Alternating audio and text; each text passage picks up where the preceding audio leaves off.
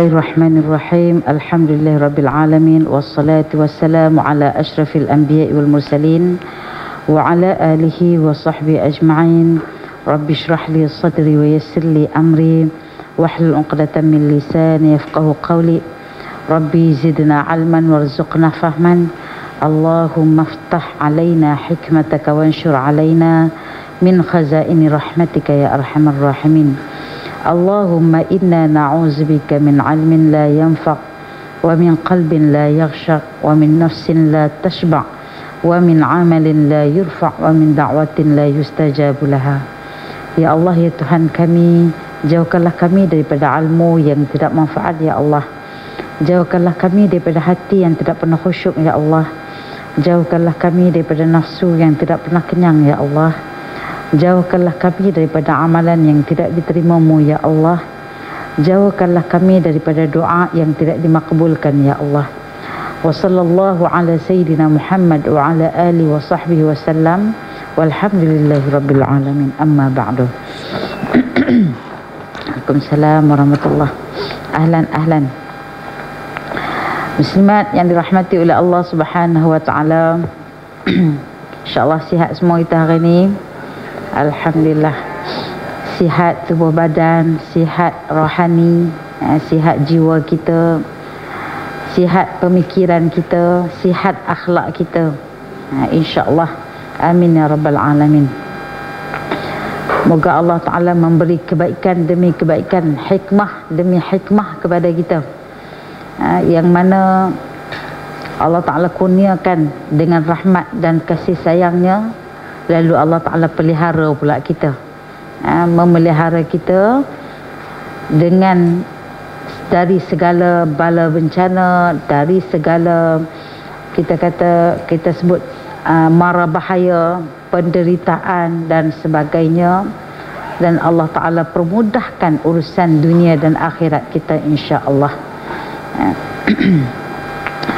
InsyaAllah kita hadis yang ke-38, muka surat 138.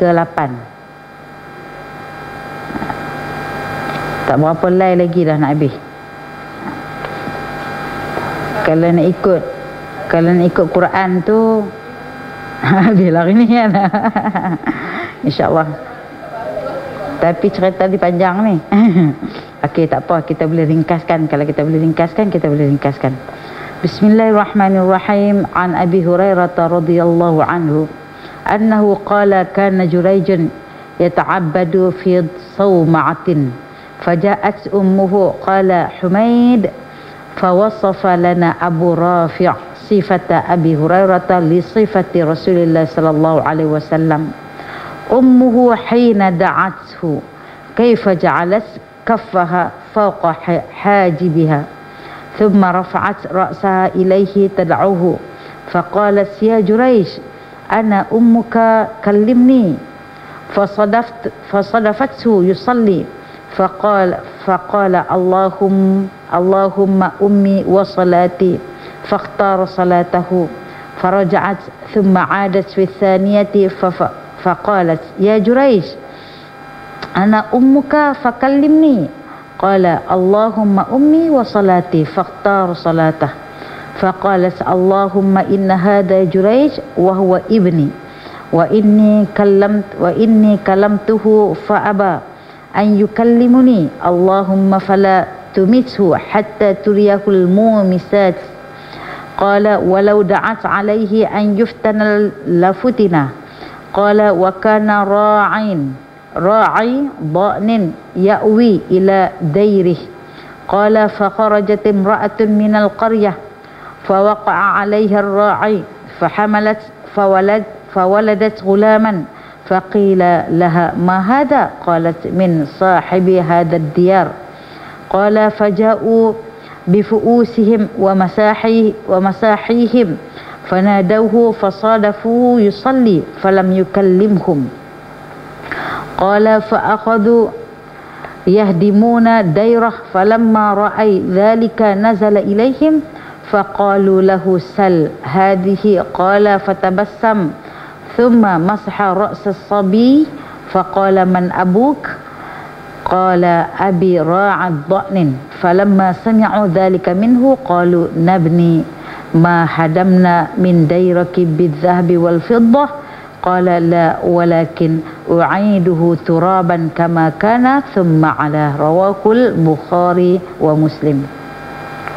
Daripada Abu Hurairah radhiyallahu anhu berkata, Ibu Juraij datang menziarahi anaknya Juraij. Cerita ni hadis sahih. Bukan cerita dongeng lah kita katakan. Bukan daripada hadis-hadis yang ada khilaf dan sebagainya. Tapi hadis ini adalah hadis yang dikeluarkan oleh Bukhari Muslim. Hadis sahih tarafnya. Daripada Abu Hurairah radhiyallahu anhu berkata, Ibu Juraij datang menziarahi anaknya Juraij yang sedang beribadah dalam sebuah rumah ibadah. Ini cerita kisah zaman Bani Israel. Rasulullah cerita dekat kita balik. Ada satu kisah terdahulu daripada zaman Bani Israel. Ada seorang lelaki yang bernama Juraij. Juraij ni seorang lelaki ahli ibadah, orang yang rajin buat amal ibadah, lelaki soleh, orang yang soleh. Kemudian dia ada satu tempat untuk ibadah, satu pondok kita katakan, untuk dia buat amal ibadah di situ yang orang tak kacau. Kita ada tak tempat eksklusif kita dalam rumah kita, ada tak tempat eksklusif kita? Atas jadah tu tak lipat-lipat lah. Kalau jadah tu terbuka, ada rehal satu, betul, ada tasbih satu, lagi ada apa lagi? Al-Quran, tafsir. Kerana eksklusif satu tempat tu, siapa pun tak kacau. Sudah tentu dah ada dalam bilik kita, betul tak? Kita tak dalam bilik kita. Pelakon semayang satu, memang khusus untuk tu. Jadi macam tu juga orang ahli ibadah ni, dia akan fikir macam mana nak mengindahkan, nak mengindahkan diri, kena indahkan tempat. Sebab kita ni sifat manusia ni sifat jemu. Dia dekor lah bagi cantik sikit tempat dia tu. Sebab dia tengok tu, Allah, aku nak jumpa Allah ni, jumpa dengan keindahan, jumpa dengan sebaik-baik makhluk yang kita ada, kebersihannya, sucinya dan sebagainya. Begitu juga Juraij, seorang lelaki soleh yang memiliki satu tempat khusus. Satu tempat khusus. Saya pergi ke teratak Syekh Abu Zaki di Batu Pahat. Ada satu tempat untuk Syekh Abu Zaki, kita kata beruzlah. Beruzlah. Seorang-seorang dia lah kita katakan. Rumah dia, lepas tu dekat luar tu ada satu tempat kecil je. Kalau kita tengok macam tandas orang dulu-dulu duduk di luar, memang untuk diri dia, untuk seorang je masuk. Itu dia nama tempat tu masjid bagi dia. Nak kata pondok tu bukan pondok, tak ada tangga, tak ada apa, buka tu ada sejadah.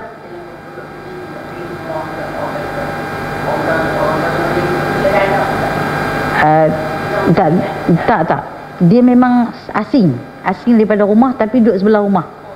Asing daripada rumah tapi duduk sebelah rumah. Yang pisang sikat tu dia sebelah kan. Yang ni dia bergabung juga dengan rumah tapi dia duduk sebelah tu, tak. Yang ni memang pisang sikat jugalah. Sebelah tu dia tak ada lah macam ni. Dia ada satu tu macam tu je. Tapi dia terasing daripada rumah dia yang sebenar. Dan saya tahu itulah 10 malam terakhir Ramadan biasanya akan duduk kat situ lah. Macam tu lah. Kalau tak i'tikaf di masjid, itulah tempat i'tikaf. Kecil saja muslimat, kerana cukup-cukup dengan sejadah. Tepi-tepi tu ada, kita kata macam ada, bukan kata sarang burung, tapi ada rumput rampai yang kering. Kita masuk kita je. Dan pernah Habib ada satu tasbih yang banyak, yang besar, dan ada Habib yang datang, ada yang masuk solat di situ. Macam tu. Kecil je tempat dia. Tempat tu kalau kita masuk, contohlah, bukan kita kata merujuk, kalau kita ada tempat tu masuk tu lupa habis dunia, teringat akhirat je. Macam tu. Tempat untuk kita bermuhasabah, untuk kita berkhalwah dengan Allah. Itu kalau kita sebut perkataan khalwah, sebenarnya kita salah dalam mentafsirkan perkataan khalwah. Khalwah itu adalah perkataan yang terbaik, iaitu kita dengan Allah. Tapi bila kita sebut khalwah sekarang ni, buat benda tak elok. Macam tu kan. Okey, jadi ahli ibadah ni dia akan ada tempat-tempat yang special. Dia akan ada tempat-tempat yang special. Sebab apa? Tempat tu bila dia berada di situ akan lebih lunak hati dia. Bukan tujuan nak tunjuk dekat orang, kata bila dia masuk itu orang tahu, oh tu hebatlah dia, tak. Tapi untuk diri sendiri. Macam kita lah, dalam rumah kita, sebesar-besar rumah kita, ada satu tempat yang special. Bila kita duduk dalam tu, kita rasa tenang. Boleh juga kalau kita nak buat tempat ibadah kita banyak. Hari ni semayang bilik kita, lusa semayang bilik anak, tulat semayang bilik tamu, semayang di bawah. Sebab apa? Kita nak semua tempat dalam rumah tu barakah, ada menjadi saksi kepada amal ibadah kita. Macam tu, tak ada masalah. Okey, tapi yang penting untuk kita nak berkhalwah ni, dia ada satu tempat lah. Kita kata nak bersuluk dengan Allah tu, dia ada satu tempat khusus yang sangat istimewa. Okey, kemudian Ibu Juraish datang menziarahi anaknya yang sedang beribadah dalam sebuah rumah ibadah. Perawi hadis yang bernama Humaid berkata, Abu Rafi' bercerita kepada kami bagaimana Abu Hurairah menunjukkan gaya tangan Ibu Juraish ketika memanggil anaknya itu, seperti mana Rasulullah sallallahu alaihi wasallam menunjukkan gaya tangan itu kepada Abu Hurairah, iaitu Ibu Juraish meletakkan tapak tangannya di atas kening macam ni. Letak. Kan kita baca hadis ni, tirulah hadis musalsal, dapat pahala, tiru. Kemudian beliau mengangkat kepala dan memanggil anaknya. Macam dia letak dulu tangan, kemudian dia panggil anak dia macam tu. Dia angkat kepala, dia panggil, wahai Juraish. Wahai Juraish. Kita centak ada kening macam ni kan. Wahai Juraish, macam kita lah mak-mak ni. Kan benda nak kena dongak sikit kan. Wahai Juraish, aku ibumu. Jawablah panggilanku. Pada saat itu Juraish berkata dalam hati dia. Kenapa dia tak kata dalam kat mulut dia? Sebab dia tengah solat. Okey, ya Allah, antara ibuku dan solatku, mana satu yang perlu aku utamakan? Tiba-tiba maka Juraish memilih untuk meneruskan solat dia. Dia pilih untuk meneruskan solat dia. Akhirnya mak dia pun pulang. Mak dia pun pulang. Kemudian pada keesokan harinya mak dia pun datang lagi. Datang lagi. Hari yang kedua, panggil lagi, wahai Juraish, aku ibu ni, aku ibumu ni, memanggilmu. Lepas tu Juraish masih solat. Bukan kesenambungan daripada yang semalam. Maksudnya nak cerita orang ahli ibadah ni sentiasa melakukan amal ibadah. Kalau kita tak tahulah kan, nak semayang zuhur pun takhir waktu, contohlah kita katakan. Kalau yang tu pun yang wajib kita tak boleh settle betul-betul, apatah lagi yang sunat lah. Maksud kata, nak cerita kata kita ni ahli ibadah, jangan duduk sembang lah. Kita kata macam tu. Sebab sifat salafus salih, sifat orang-orang yang salih, walaupun banyak mana kebaikan yang mereka lakukan, amal ibadah yang mereka lakukan, mereka rasa macam mereka tak buat apa pun sebenarnya. Tak rasa buat kebaikan langsung. Sehingga bila mereka melakukan amal ibadah, mereka rasa al-khawf wal-raja. Khawf tu takut sangat Allah Ta'ala tak terima amal ibadah. Raja pula harap sangat supaya amal ibadah mereka diterima oleh Allah. Macam tu. Bila kita bagi salam, ya Allah, habis buat amal ibadah ni, baca Quran ke, solat sunat ke apa, ya Allah, kau terimalah amal ibadahku, ya Allah. Takutnya aku ya Allah, tak betapa tak khusyuknya aku salat ya Allah. Aku takut kau tak terima. Tak ada apa-apalah kalau macam tu, sia-sialah aku ya Allah. Itu sifat orang soleh. Kita tak tahulah, wal'ayazubillah, moga kita tak termasuklah dalam golongan orang yang buat sikit rasa macam semalam sakan semayang, aku dah buat dah. Dia seorang-seorang dia lah, dia tak cerita ke orang pun. Itu rasa bahaya. Jangan main-main semalam tasbih, tahajud, istikharah, istiqamah, semua dah masuk semua.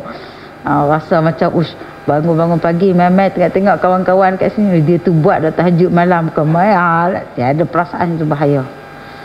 Sebab orang soleh bukan macam tu.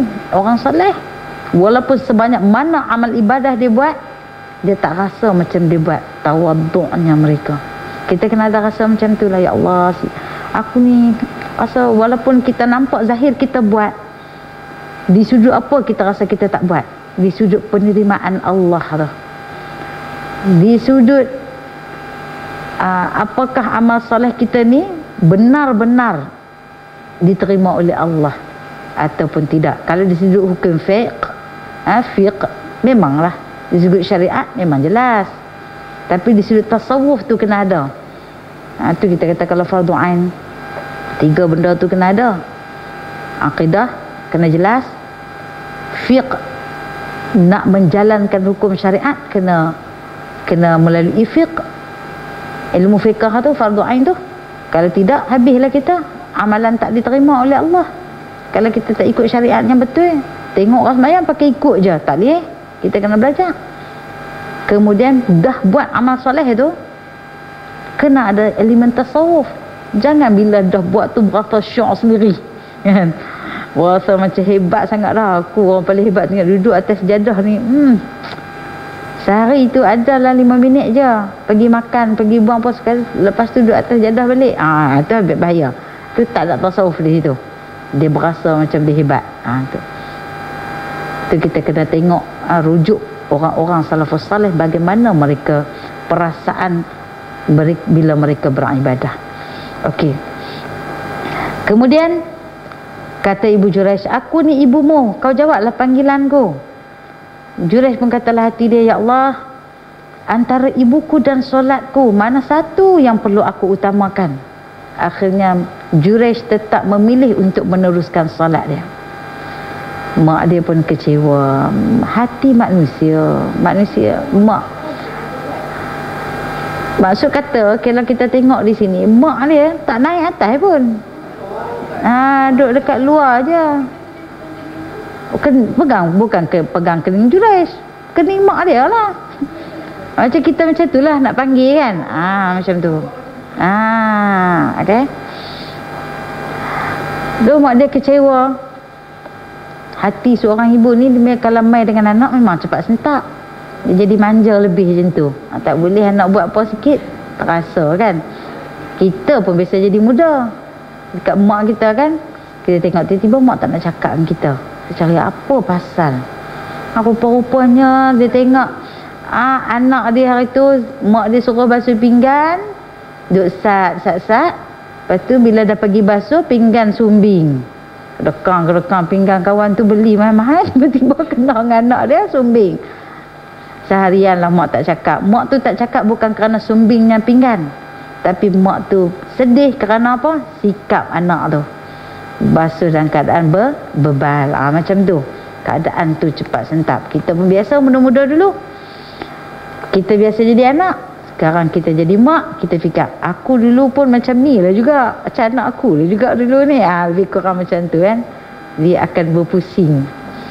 Okey. Kemudian bila ibunya rasa kecewa dengan sikap Juraish, kita tengok hadis ni, kisah Juraish ni simple, nampak tak? Perlakuan Juraish ni, mak dia takkan sangka, takkanlah anak aku nak duk main game kot kat dalam. Lebih kurang macam tu. Anak dia dikenali ahli ibadah, mesti nak tengah solat, mesti mak dia tahu. Ya, dan mak dia tahu kata dia anak dia mesti solat.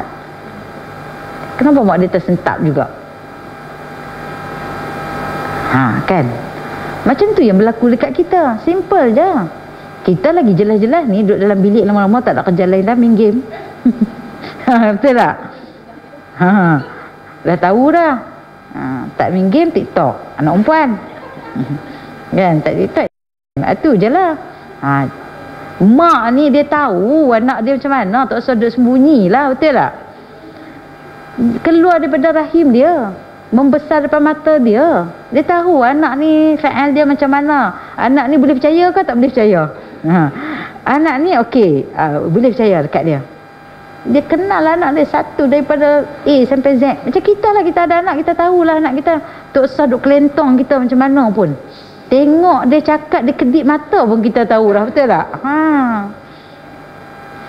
Cuma kadang-kadang dia buat tak tahu je. Betul tak? Dia nak bohong sangat, buat tak tahu je. Tak apalah, dia kata macam tu. Setengah macam tu lah. Maksud kata, dalam hadis ni nak cerita kat kita perbuatan tu simple. Nanti kita tengok pada keterangan dia. Apa mak dia berdoa? Ya Allah, sesungguhnya Juraish ini adalah anak lelakiku. Maksud kata, anak lelaki dengan mak ni kuat dia punya ikatan dia. Aku ingin bercakap dengannya tetapi dia enggan bercakap denganku. Ya Allah, jangan kau matikannya sehingga aku kau perlihatkan kepadanya perempuan-perempuan jalang. Macam tu sekali doa mak dia. Nanti kita akan tengok pada keterangan. Abu Hurairah berkata, sekira ibunya mendoa ditimpakan fitnah ke atas Juraish, sudah tentu dia akan difitnah. Doa ibu. Maka Abu Hurairah berkata, seorang pengembala kambing pergi ke rumah ibadah Juraish. Di situ terkenal, rumah ibadah tu terkenal. Jadi seorang pengembala kambing tu datang singgah ke rumah ibadah. Kemudian pengembala ni berzina dengan seorang perempuan dalam kampung tu sehingga hamil dan melahirkan seorang anak lelaki. Kemudian orang kampung tadi ni bertanya, siapakah bapa budak ni? Dia pergi ke rumah pengembala kambing ni, dia pergi ke rumah ibadah Juraish. Dia berzina dengan seorang perempuan dalam kampung tu. Kemudian dapat anak. Anak tu, perempuan tadi fitnah bahawasanya anak itu adalah anak Juraish. Apa yang mak dia minta tu bukan lelo tu berlaku. Adalah proses dia kan. Proses cerita, jalan cerita dia. Tarikh tak ditentukan. Tapi at least benda tu berlaku. Hati-hati dengan doa ibu bapa. Kemudian orang kampung bertanya, siapakah bapa budak ni? Perempuan tu dia bohong. Sedangkan dia berzina dengan orang lain. Tapi dia kata dia berzina dengan tuan pondok ni. Tuan tempat ibadah ni. Bila orang kampung dengar, kalau kita lah nampak Pak Lebay, dia cerita syurga neraka, tiba-tiba difitnah macam tu. Sebelum tak percaya dulu kita perasan. Manusia zaman lah ni. Ya. Orang percayalah sebab berlaku peristiwa tu daripada pengembala tu buat di situ. Kemudian Juraish dia nak peduli apa, dia tengah tengah beribadah. Kita kata macam tu lah. Jadi peristiwa tu mak dia doa, hasil daripada doa mak ni. Orang kampung terimalah. Bukan berdasarkan kronologi peristiwa apa pun, tak ada kronologi apa pun. Ni dia penunggang agama, lebih kurang macam tu lah. Penunggang agama, kita tak tahu pun kisah di sebaliknya. Rupanya hasil daripada doa ibu. Jadi kita tak tahu pun, tiba-tiba berlaku kes-kes yang macam ni. Kemudian mereka membawa beberapa bilah kapak dan alat-alat pertukangan. Mereka menjerit-jerit memanggil nama Juraish, tetapi Juraish tak menjawab panggilan mereka kerana sedang mendirikan solat. Mak dia panggil pun dia tak sahut, apatah lagi orang kampung. Kan, dia tak kisahlah. Orang dalam keadaan zauq, lazat beribadah. Tu pun tak terhindar daripada doa seorang ibu. Maka Abu Hurairah berkata, kemudian mereka bertindak merobohkan pondoknya. Selepas melihat keadaan sudah jadi begitu, maka Juraish pun turunlah. Tengok-tengok orang dah, contohlah dah tebang dah sendi sendi tiang-tiang pondok tu, takkan nak tunggu lagi kan. Kemudian Zuraish turun, berjumpa dengan orang ramai. Dia pun berkata, tanyalah perempuan ni. Sambil tersenyum, Zuraish pun menyapu kepala bayi itu dan bertanya, siapakah bapa kamu yang sebenarnya, wahai bayi? Allah Ta'ala beri pertolongan. Sebab apa? Zuraish tanya, apa buat apa ni, siapa ni? Lepas tu orang ramai kata, nak tahu cerita sebenar ni, tanya perempuan ni. Dia dah buat tuduhan lah, maksudnya dia dah mendakwa kamu yang berzina dengan dia sehingga lahirlah seorang anak. Zuraish tak ada masalah, orang tenang, orang beribadah ni dia tak adalah gelabah bewak ke, tak ada. Tak ada. Dia tenang. Dia pasti memahami hikmah. Orang yang beribadah ni, orang yang soleh ni, dia bukan macam kita cepat panik dan sebagainya. Sedih tu ada, fitrah, kesedihan tu ada, duka cita tu ada, derita tu ada, terkejut tu ada, tu sifat manusia. Tapi nak mengurus terkejut tu macam mana? Nak mengurus kesedihan tu macam mana? Nak mengurus derita tu macam mana? Tak sama daripada orang yang biasa-biasa. Tu kita kata hati, sebab tu dia ada makam-makam tertentu dia tu. Okey. Kemudian relax je sambil tersenyum pula tu. Sambil tersenyum, kalau kita lah, contoh wal'ayazubillah lah, kawan-kawan perempuan tu kena pegang cekak lah kan, silap kena cekek dah, kena tuduh kan. Allahu Akbar. Zuraish dia menyapu kepala bayi itu dan bertanya, siapakah bapa kamu yang sebenar, wahai bayi? Bapa saya seorang pengembala kambing. Baby lagi tu boleh jawab. Macam kita tengok, kita baca yang lepas lah, baby perempuan, baby pada seorang ibu, dia minta doa kan. Macam tu Allah Ta'ala punya kuasa, boleh keluar daripada adat kebiasaan manusia, betul tak? Yang duk jadi adat kita, kebiasaannya baby tak cakap lagi. Tapi kalau bercakap, apakah satu perkara yang pelik? Tak. Kuasa Allah, cuma berlaku jarang-jarang, mengikut kehendak Allah.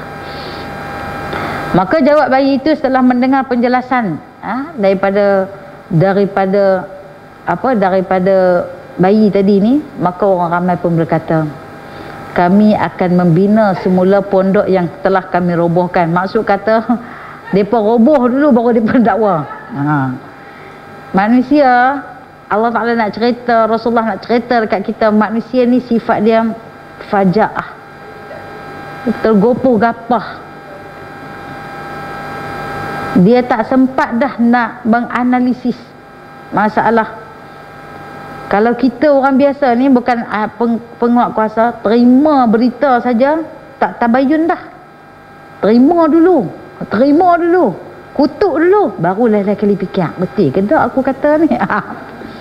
Sebar dulu yang penting, baru fikir. Tu bahaya kita. Apatah lagi kita orang Islam. Rasulullah bagi satu garis panduan kepada orang Islam, bila kita terima berita, jangan terus percaya, tabayun dulu. Apatah lagi kalau berita itu datang daripada sumber-sumber yang tidak diketahui.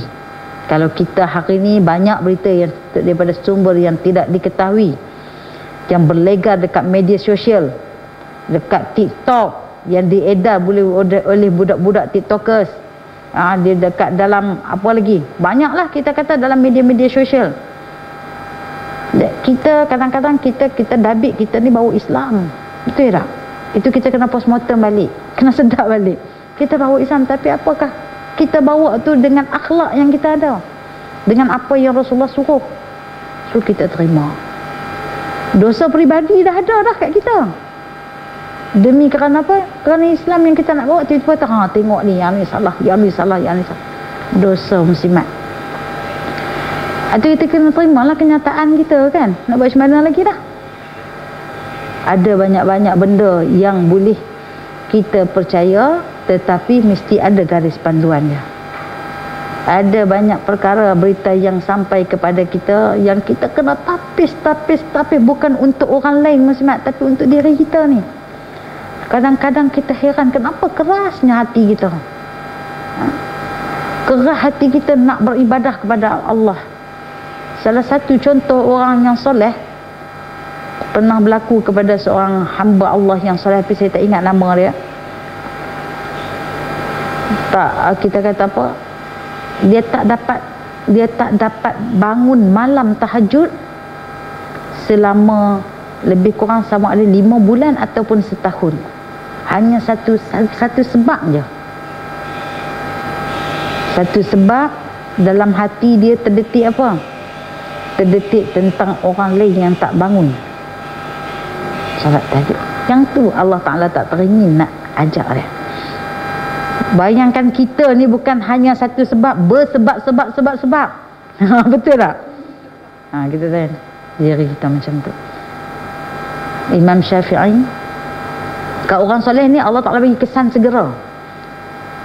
Terlihat kaki perempuan kita kata terlupa hafalan. Kita kata pak lebay, kata alim warak kan. Tak tengok perempuan, bukan tak tengok tu kerana apa, akan menghilangkan kebaikan-kebaikan yang lain. Tu masalah dia. Kesan dia tu sikit, tapi pada orang soleh cepat berlaku, sebab Allah Ta'ala nak tegur segera. Kita kata kita duk tengok macam-macam, Fatihah duk boleh baca 10 surah. Betul tak? Macam-macam keluar. Bukan takat tengok kata, bukan takat kata kutuk kan. Boleh je angkat takbir Allahu Akbar, baca Fatihah, relax kan, tak lupa pun. Qul Allah, relax, tak lupa pun. Tanpa kita sedar hati kita makin keras. Kan, nampak tak? Tu yang kita kena postmortem. Mak kalau dia sayang anak dia, memang dia sayang anak dia. Anak dia buat jahat, dia tegur tak? Anak dia buat tak baik, dia tegur. Betul kan? Sebab apa dia tegur? Sebab sayang. Kita pun macam tu lah muslimat. Ada organisasi muslimat, surau ke, masjid ke, dalam organisasi kita kalau ada yang salah, cepat-cepat tegur, cepat-cepat ambil tindakan. Supaya apa? Supaya dia tidak berlarutan. Sebab apa? Sebab kita sayang organisasi kita. Kita tak nak dia salah berlarutan. Macam itulah keadaan kita. Biar kita ni nak bawa Islam bil hikmah, dengan hikmah. Semua orang boleh faham kita sayang Islam. Sebab apa? Pembawa dia tu cantik. Pembawa Islam tu orang-orang yang meraihkan kita. Allahu Akbar, Masya Allah. Itulah kita kena postmortem balik, kena tanya balik diri, muhasabah diri kita balik kan. Okey. Kemudian kata orang ramai, kami nak bina baliklah pondok yang kami dah robohkan tu. Maka Juret pun dia kata, jangan buat macam tu. Dia kata dia pun nak hias lagi, dah nak daripada pondok emas dan perak. Sampai macam tu sekali. Kalau saya, sekarang kita lah, elok juga tu. Kemain. Maka Juret kata, tak payahlah buat macam tu, binalah seperti mana yang sebelum ni, dah cukup. Boh emas perak, boh dunia. Kan, dia leka pula. Masuk kita pun, rumah kita yang tak setara mana, tak ada emas pun kat rumah kita pun. Tu pun leka kita, betul tak? Baru tengok pintu pagar yang atas tu sadur emas pun dah tengok, cantik pagar rumah aku ni. Kan, dah ada dah perasaan macam tu. Okey, kita tengok pada keterangan. Banyak pengajaran yang boleh kita dapat daripada sini.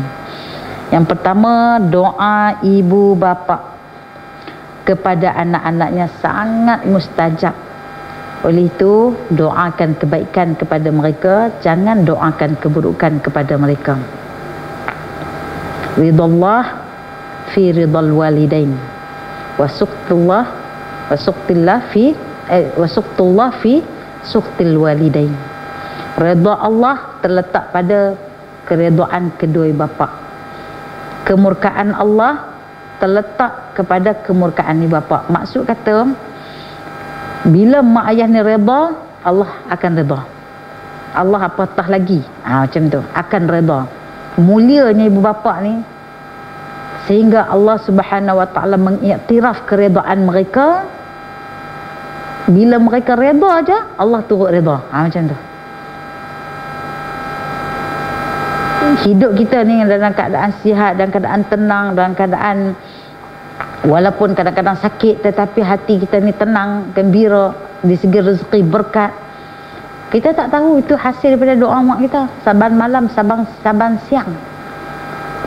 Kita ingat dia saja. Tak, mak ni bila dia dah dapat anak, masa sebelum dia kahwin, dia selalu ingat mak ayah dia, betul tak? Dia akan doa, Rabbana atina rabbighfirli wa liwalidayya warhamhuma kama rabbayani shaghira. Dia akan ingat. Tapi setelah dia kahwin dan dia dapat anak, dia akan ingat siapa? Dia mula akan mengutamakan anak dia. Nampak tak? Kita pun macam tu lah. Masa dulu banyaknya doa kita dekat mak ayah kita kan. Tapi sekarang dah terbahagilah. Untuk anak khusus, untuk mak pun khusus. Ditambah. Tapi ingatan kita kepada anak kita ni tak lekang. Tak akan lekang. 24 jam tu tak akan lekang. Sentiasa ingat.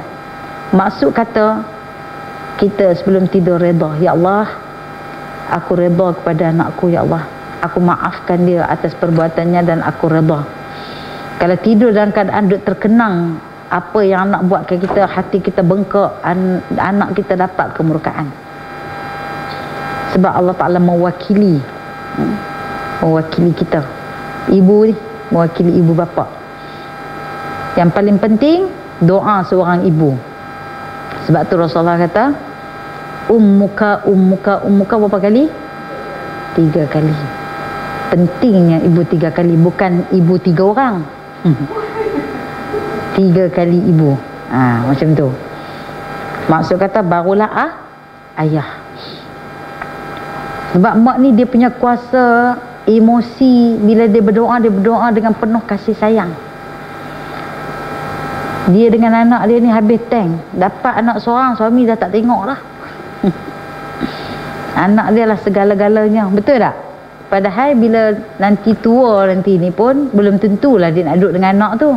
Tapi dia punya rahim, sifat rahim dia tu kepada anak dia ni, jangan dia cubit anak dia tak apa, jangan orang lain cubit. Suami dia cubit habis kali dengan suami, tak cakap seminggu. Mak tu dia punya sayang dekat anak tu kan. Tapi bila dia berasa dekat anak tu, sentap dia tu memang sungguh-sungguh lah. Tapi kena ingatlah hadis tu, keredaan, dan jaga mulut kita. Kalau kita minta kebaikan kepada anak kita, Allah Ta'ala akan bagi. Kalau kita minta celaka kepada anak kita pun, Allah Ta'ala akan segerakan. Pertama, bila segerakan kecelakaan terhadap anak tu, Allah Ta'ala akan hantar pula rasa menyesal dalam diri kita. Azab menyesal tu tak dapat nak diceritakan macam mana. Bila melihat anak tu dalam keadaan kecelakaan hasil daripada doa mak ni, apa perasaan? Menyesal tak doa? Tak pernah lagi lah saya jumpa dia padan muka kau. Tak dengar cakap mak. Kalau dia yang tu, kalau yang sikit-sikit, kalau anak tu sampai nak mati, akan keluar tak lagi perkataan macam tu? Tak akan keluar. Kalau setakat anak tu kita kata jangan naik, dia naik juga, dia jatuh, kita kata baru tahu kan. Nampak? Itu biasa aja. Itu biasa. Tapi yang doa yang sungguh-sungguh daripada hati ni, ya Allah, tunjukkanlah kepada anakku, ya Allah. Saya pernah jumpa seorang kawan, dia bincang, dia cerita pasal anak-anak dia. Tapi bila saya tengok kerasnya mak ni mendidik anak dia tu yang salah. Dia cerita kata anak dia tak dengar cakap dan sebagainya. Dia sampai saya doa dekat Allah, ya Allah, aku dah bagi dah segala kebaikan, aku dah tunjuklah, aku dah bagi dah ilmu kepada mereka, ya Allah. Kalau mereka masih juga nak durhaka, maka kau tunjuklah kanlah kepada anak-anakku. Saya terkejut. Saya tak kenapa kau doa macam tu. Saya tak kisah dah ustazah. Sebab saya dah buat baik, saya dah bagi segala-galanya. Kalau mereka nak juga buat benda-benda tak baik, saya minta Allah Ta'ala tunjuk. Ada ibu yang macam tu. Saya pun cerita akak kena tarik. Semua tu anak akak. Kalau akak doa macam tu, Allah Ta'ala bagi yang lebih azab kepada mereka, Allah Ta'ala akan campak pula dalam hati akak rasa azab penyesalan. Dia kata saya tak menyesal Ustazah. Saya tak menyesal. Saya kata akak, hati akak bukan akak yang pegang. Hati akak Allah yang pegang. Nampak? Ada manusia-manusia yang macam ni, yang dia rasa dia buat benda perkara yang betul, tetapi salah di segi seni mendidik. Ada manusia-manusia yang macam ni. Jadi kita dalam suasana macam ni ingat, ya Allah, rahmatilah anak-anakku ya Allah. Allah mahfazna wa auladi kama hafazta ibadaka salihin. Ya Allah, kau peliharalah kami, anak-anak kami, seperti mana kau jaga, kau pelihara para abidmu ataupun para hamba-hambamu yang soleh. Macam mana Allah Ta'ala jaga orang yang soleh sebaik-baiknya, macam tu juga kita minta ke Allah jaga anak-anak kita macam tu. Yang itulah yang mampu kita lakukan. Doa ibu, sebab doa ibu ni sangat-sangat makbul, sangat-sangat bernilai. Dan yang kedua, sebagai anak yang soleh, kita wajib mendahului ibu dan ayah daripada ibadah-ibadah sunat. Maksud katanya Juresh ni buat ibadah sunat. Bila sampai nak cerita ni muslimat, sampai nak cerita ibadah yang kita tengah dirikan, solat pun bila mak ayah panggil kena berhenti. Apatah lagi kalau tengah baca Quran, main game tu telah dah. Kan? Sampai macam tu sekali. Kalau ibadah wajib ada cara dia. Kita baca dengan kuatkan suara, dengan niat zikir dan sebagainya kan. Jadi semua tu ada cara dia. Tapi bila ibadah sunat ni, maka dahulukan ibu. Ataupun kita habiskan solat tadi, turunlah pergi, mak minta maaf tadi saya solat, kan, dan sebagainya. Tadi saya main game kan, atau tadi saya apa-apalah.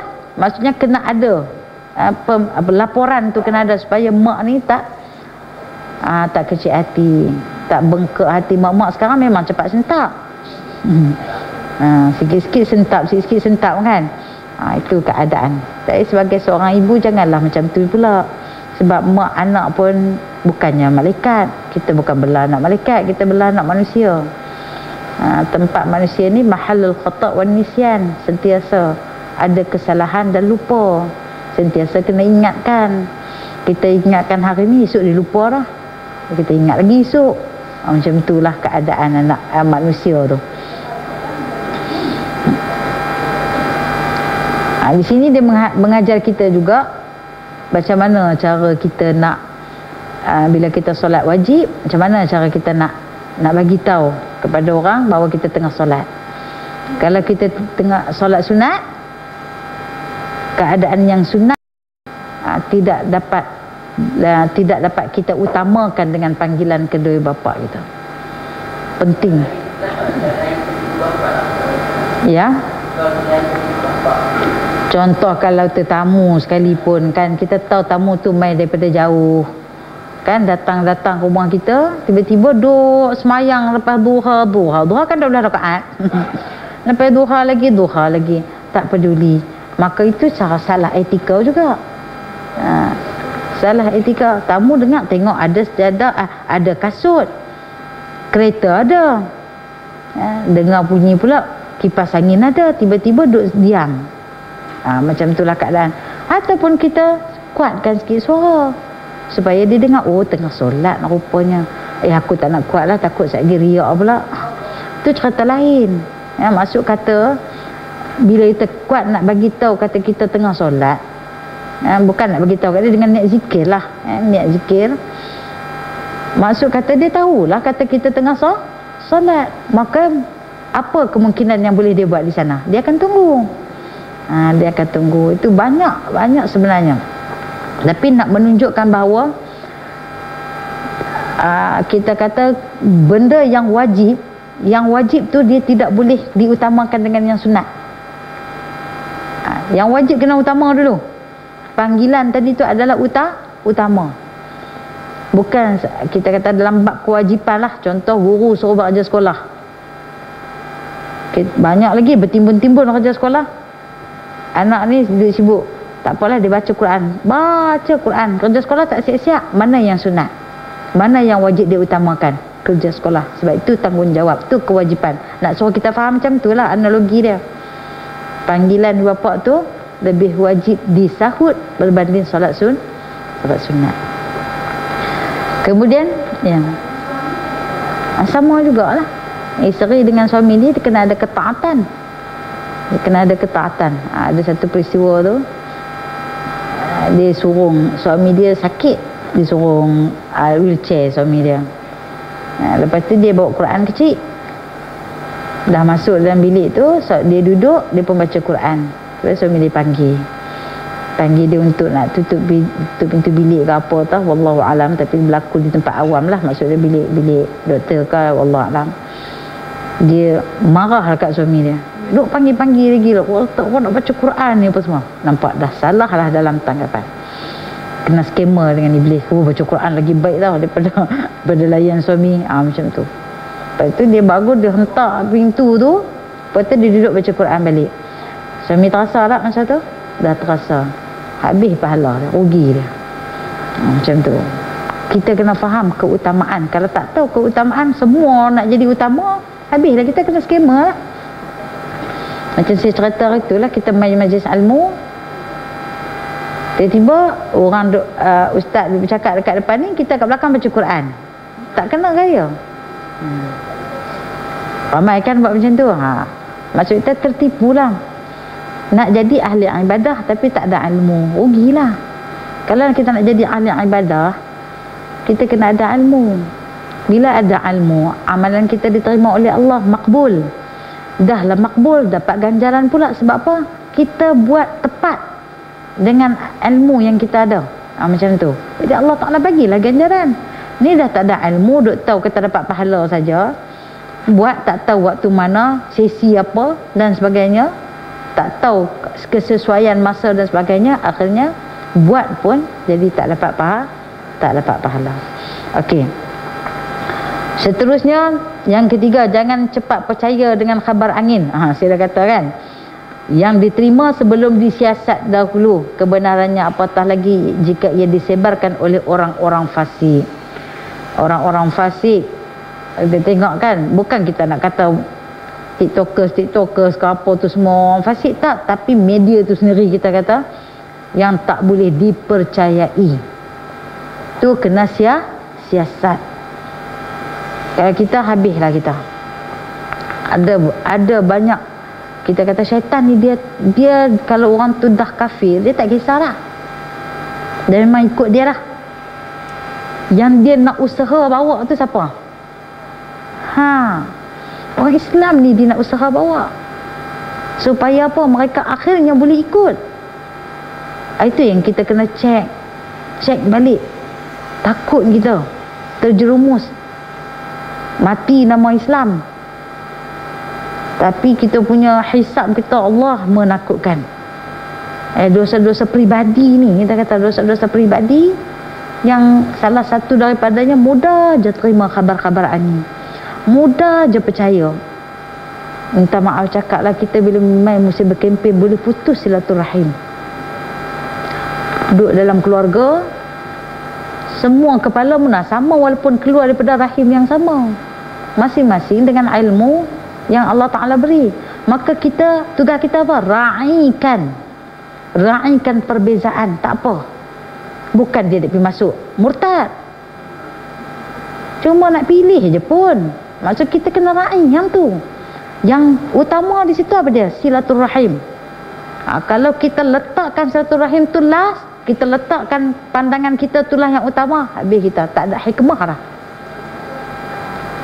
Sebab tu kalau kita tengok, ada wasiat-wasiat keluarga yang dia boleh sama-sama memahami walaupun berbeza pandangan, tapi dijadikan perbincangan tu sebagai, dijadikan apa-apa yang dapatan daripada apa yang dia rasa betul tu sebagai bentuk perbincangan muzakarah. Tak apa, teruskan.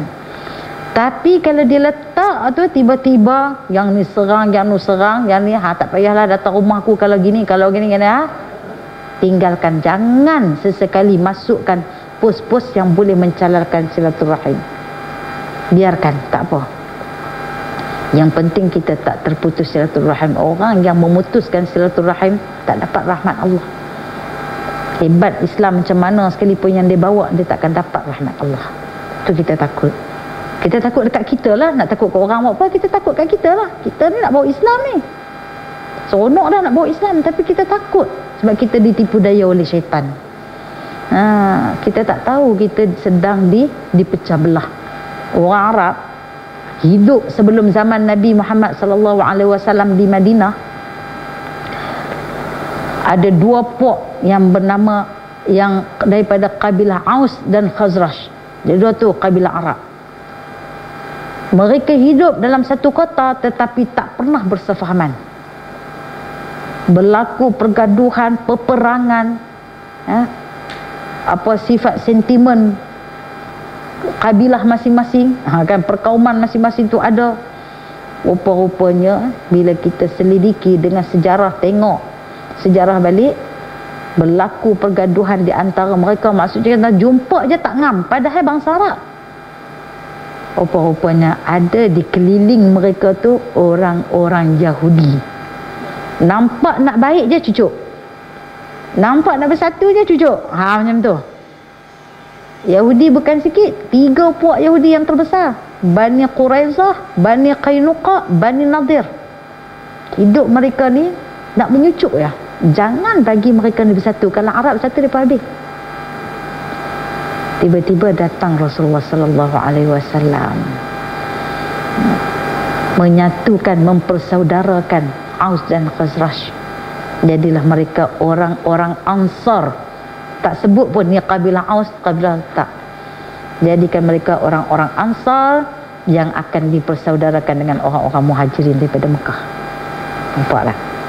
Tu kita kena sedar balik. Ya Allah, tak naklah kita nak satu. Islam mesti kena satu, insya-Allah. Bukan saya cakap pasal politik muslimat, tapi kita kena sedar keadaan hari ini bukan berlaku di tempat kita, di seluruh dunia pun boleh berlaku umat Islam berpecah. Ya, boleh faham no? Insya-Allah. Bila kita ada adik-beradik, kita ada keluarga, raikan silaturahim. Jangan raikan fahaman kita. Silaturahim itu sangat-sangat penting. Ya. Falyaqul khairan aw liyasmut. Kalau nak cakap, cakap yang baik ataupun diam, kata hadis.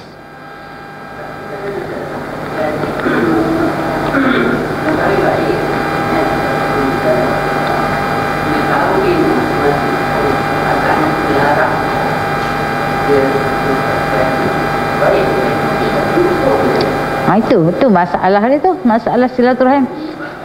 Ya betul. Maksud kata salah kepada dia. Bagi kita pula, janganlah pula kita dia tak mau, aku lagi 1000 kali tak mau. Sekali dia tak mau, 1000 kali aku tak mau. Tak. Cubalah untuk eratkan kembali. Ya.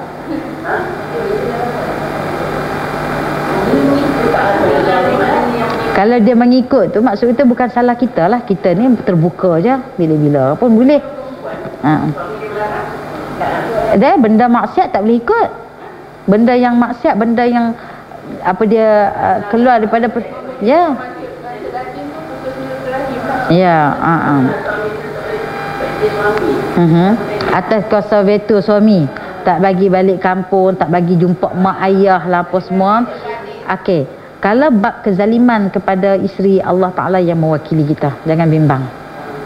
Dosa suami tadi, dosa dengan Allah. Kita nak balik macam mana, kita bagi tahu dekat ahli keluarga kita, mereka memahami. InsyaAllah. Saya nak balik macam mana, fahamlah nak, minta faham. Yang tu telah lah isteri, mana ada apa-apa hak pun, kita kata. Ya, tapi masalah kalau dia ikut tu, masalah dia, kita tak berdosa.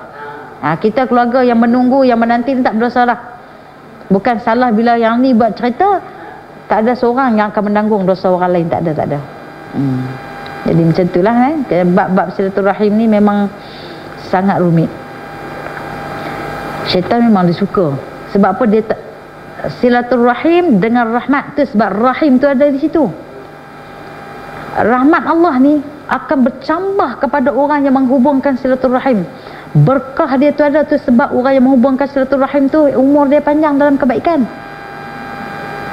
Umur orang yang bersilaturrahim ni jangan bimbang, rezeki dia pun akan dimurahkan.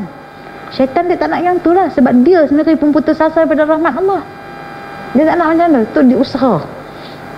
Dia usaha putuskan ikatan dengan keluarga. Dia usaha putuskan ukhuwah dengan sahabat.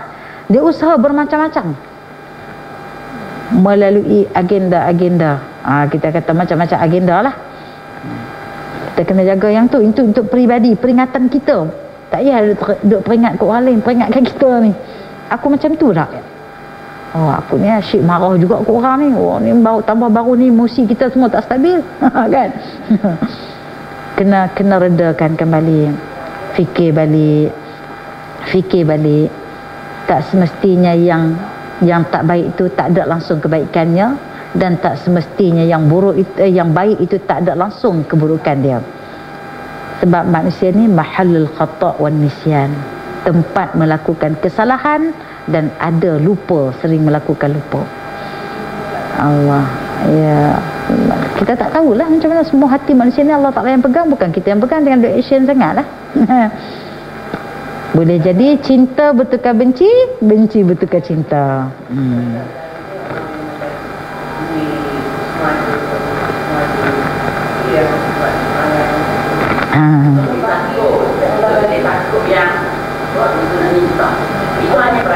Ya. Ya, betul. Hubbud dunia tu. Cintakan kepada dunia. Tapi sungguh kita kalau kita tengok orang yang macam ni, sebab dia tak kenal lagi Allah. Sebab dia tak tahu. Kalau dia tahu, insya-Allah dia pun macam kita jugalah. Kita pun bimbang juga. Aku ni kenal Allah betul ke tak? Perasaan kita kenal je. Kenal Allah betul ke tak? Doa. Yang penting doa orang mukmin ni, senjata mukmin ni, doa yang makbul. Kalau dia doa tanpa pengetahuan, lagi mudah Allah Ta'ala makbul. Ya Allah, kau pegang hatinya ya Allah, maka kau ubahlah dia ke arah kebaikan. Sebab dia orang Islam juga, dia orang beriman juga. Kita doa yang tu, itu yang terbaik. Jangan kita doa ya Allah mampuskan dia. Sebab dia bukan dalam kalangan yang kita suka. Habis. Jangan berhati-hati dengan doa kita. Sebab apa? Kita doa keburukan orang, awal lagi dia mai kat kita, patah balik dekat kita. Sebab kita doa dekat orang Islam tu, bukan musuh-musuh Allah. Allahu Akbar, masya-Allah, tabarakallah. Itu kembali balik elemen tasawuf dalam diri yang hilang 2-3 minggu lepas. Letak balik dalam diri tu, hilang. Bagi ada rasa kasih sayang balik, ada rasa kasih sayang, supaya insya-Allah berjalan dengan lancar. Kita nak bukan sakit kita duduk dalam rumah kita seorang bahagia, seorang mana syok. Kita nak jiran kita bahagia, kita nak masyarakat setempat kita bahagia, kita nak qaryah kita bahagia, kita nak akhirnya negara kita pun aman, tenteram dan bahagia, insya-Allah. Itu yang kita nak. Betul. Tak mau kita ni masuk wilayah melampau, tak mau.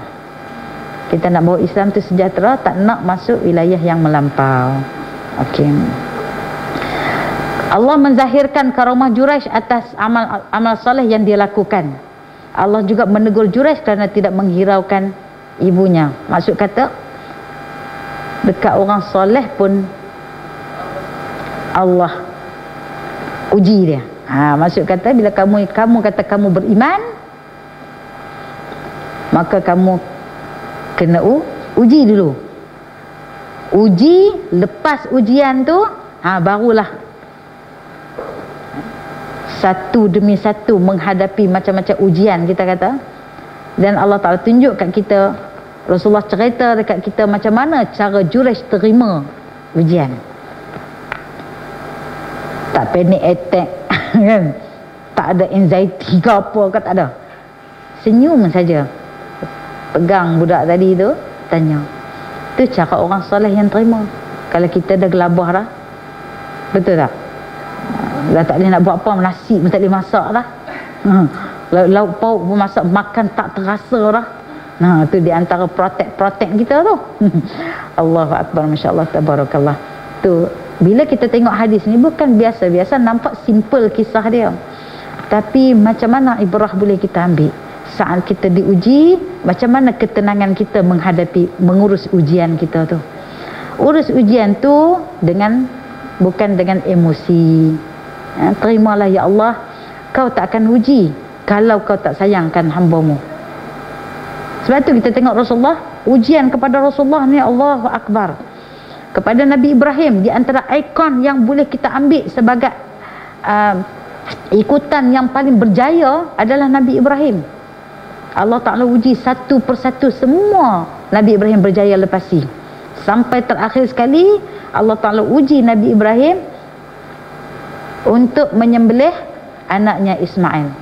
Itu ujian paling berat. Ibu bapa nak sembelih anak ni, tapi itu perintah daripada Allah. Anak pun Masya Allah, tabarakallah, kalau itu mimpimu wahai ayah, itu adalah suruhanmu, maka suruhan Allah, maka lakukanlah. Kau anak dia kata, ayah ni buat pelik apa kan, takkan nak bunuh anak sendiri, tak. Itu Allah Ta'ala ajar kita macam mana seberat-berat ujian sampai bersifat kasih sayang. Rupa-rupanya kalau kita tengok Ismail ini, kita umpamakanlah Ismail ini diumpamakan sebagai apa? Sebagai dunia. Suruhan Allah lah paling utama. Kalau kita mampu sembelih dunia kita, insya-Allah kita akan bahagia di akhirat. Macam itulah perumpamaan dia. Bila Allah Ta'ala perintah, tidakkah yang disebut al-malu wal banuna zinatul hayatid dunya wal baqiyatus salihat, harta anak-anak kamu adalah perhiasan dunia. Maksud kata nak cerita sebahagian daripada dunia ni antara kita adalah harta dan anak-anak kita. Yang menjadi ujian kepada kita pun anak-anak pun ada. Bila sampai perintah Allah itu, maka lakukan dengan sebaik-baiknya. Maksudnya untuk kita kata dunia ni, sembelihlah dunia tu, buanglah dia daripada kita. Tapi kita perlu urus. Sebab apa?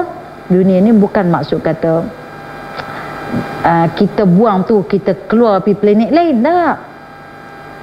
Maksud kata jangan ada bekas. Kalau mati dalam keadaan tak ada duit pun tak apa. Kalau mati dalam keadaan tak ada apa pun tak apa.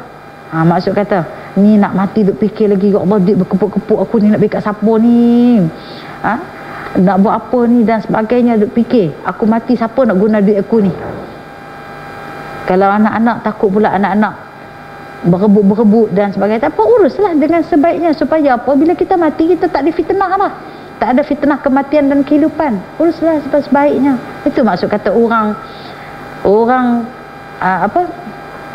bagaimana orang akhirat dia mengurus dunia dia. Dia macam biasa, berbisnes macam biasa, berjualan macam biasa, menguruskan harta dia yang banyak macam biasa, tetapi bukanlah itu jadi keutamaan dia. Sampai satu ketika Allah Ta'ala tarik balik, dia redha. Tak ada masalah macam ni. Jadi kita nak sampai makam tu lah bukan senang. Ustazah cakap depan ni memang senang, praktikal tu, kan. Jadi insya-Allah moga-moga dengan keadaan apa yang kita baca daripada khulasah tadi ni memberi pengajaran dan kebaikan kepada kita, insya-Allah.